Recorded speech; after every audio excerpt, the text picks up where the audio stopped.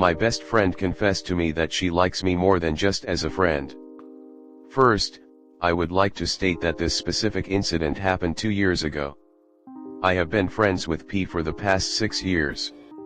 We met at an all-women's college, in 2016, both 18 years of age, and I, being an introvert, didn't really open up to anyone during the first few days.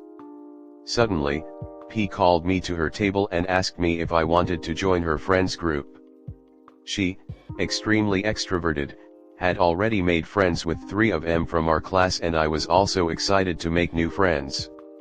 It was a 3-year course, and over the course of time, P and I gradually became really close out of all the others in our group. We used to share every little incident, every minute detail with each other. We used to talk for hours without running out of things to say, etc. etc. I was never comfortable hugging anyone in my life, but she kept assuring me that hugging her/us hugging or leaving little pecks on each other's cheeks sometimes weren't that big of a deal and that I shouldn't be anxious about it.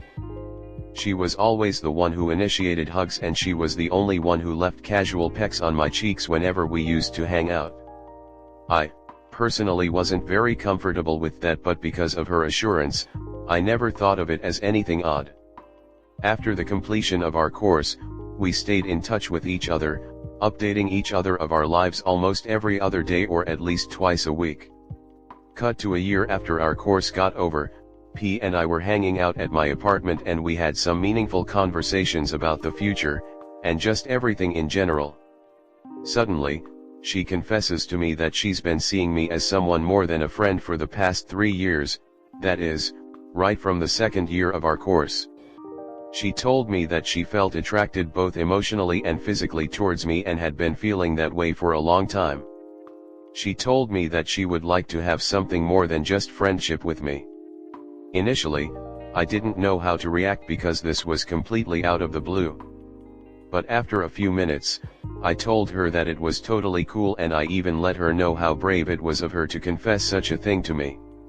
I told her not to worry about anything because she was getting embarrassed and was regretting it immediately. I assured her that nothing would go wrong in our friendship and that I was grateful that she shared it with me.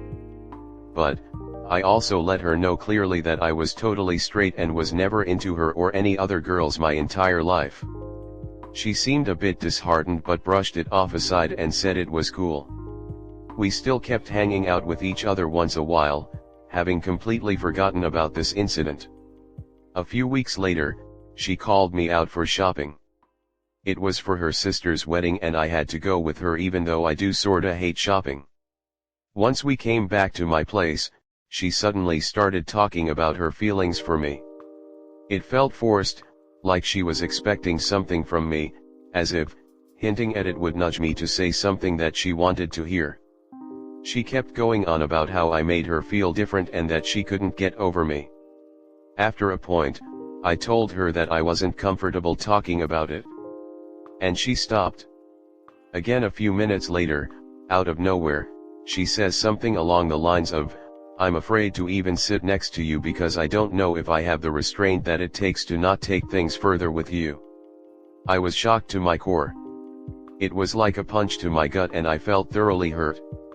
And being the introvert overthinker that I kept thinking about all those hugs and pecks that she kept initiating with me throughout the years, wondering if she had other thoughts during those times, and I felt thoroughly betrayed. The rest of the day was awkward as F, and once she left, I was completely blank and empty from the inside. She reached home and texted me, asking if she had messed things up. But I couldn't bring myself to respond to that because I knew that she had messed it all up. And I didn't want to lash out at her at that time. It's been 2 years since, and I keep thinking about it. I keep replaying those incidents in my head and I wonder, have I handled it immaturely? Was I wrong to dismiss her like that? Should I have communicated better with her? Did I maybe overreact? She was my best friend for 4 years before this final incident happened, and, have I just lost one of the most important persons of my life? I keep wondering. Any advice on whether I should get in touch with her? Talk things through once again? Comment. I think that you handled it pretty well. That's a tough and awkward situation, but at least you weren't leading her on and let her move forward on her own path she may have needed. Not the commenter, but Imo, you were handling things perfectly up until you said you haven't spoken to her for 2 years. Obviously she wasn't handling the situation with the grace one would hope for, and she really needed to get the message about you not being comfortable talking about it. But a lot of people aren't their best selves right after being rejected, and that was your longtime best friend. I dunno, man. I don't think you should reach out while you're wondering whether you handled things immaturely or should have communicated better, but if you decide that those are the case and you regret them, then it might be worth it. Next story 2.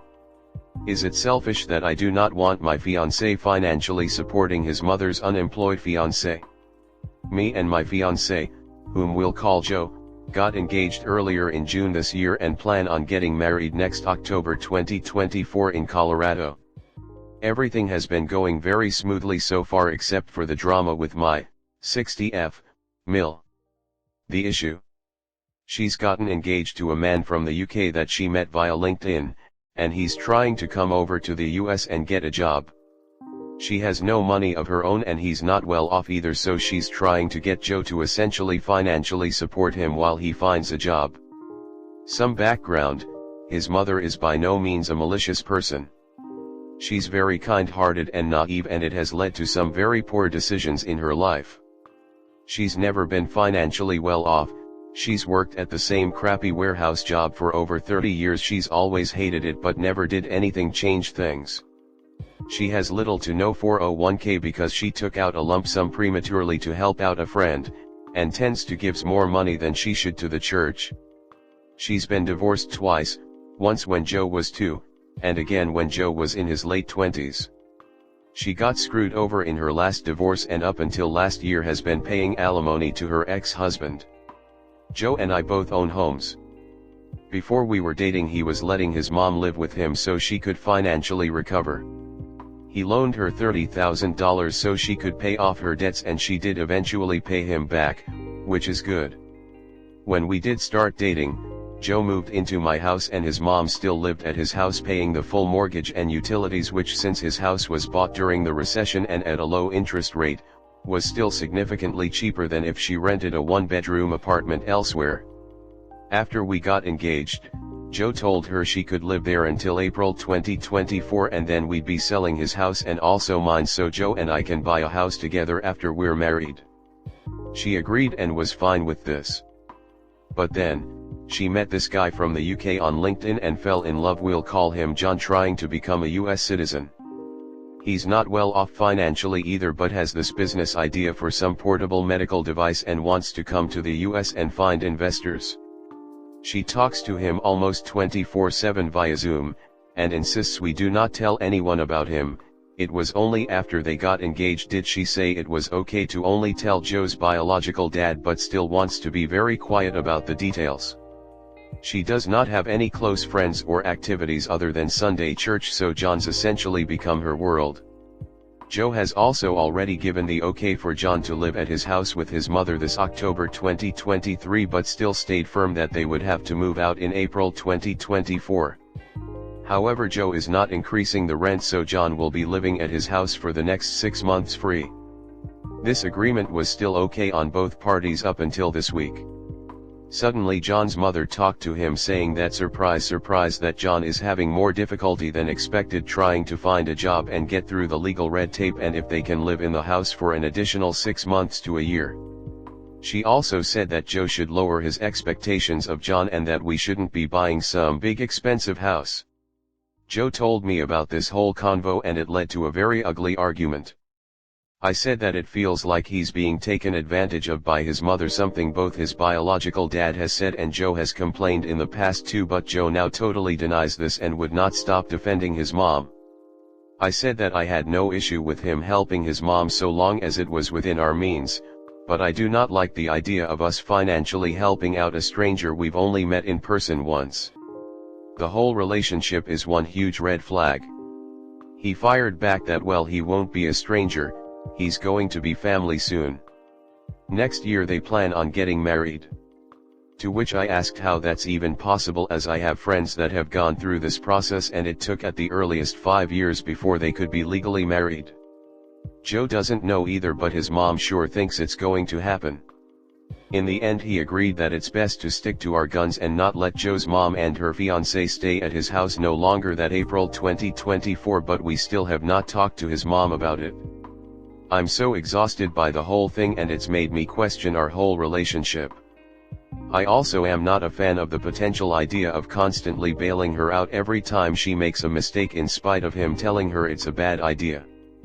He still sees nothing wrong with the whole situation, and when I asked him if this is going to cause resentment he answered maybe. We've made up for now, but I'm still worried and not sure what to do or how to get him to understand that his mother is being taken advantage of, and by extension Joe too. Things were so perfect before, but I feel like this is ruining our whole relationship.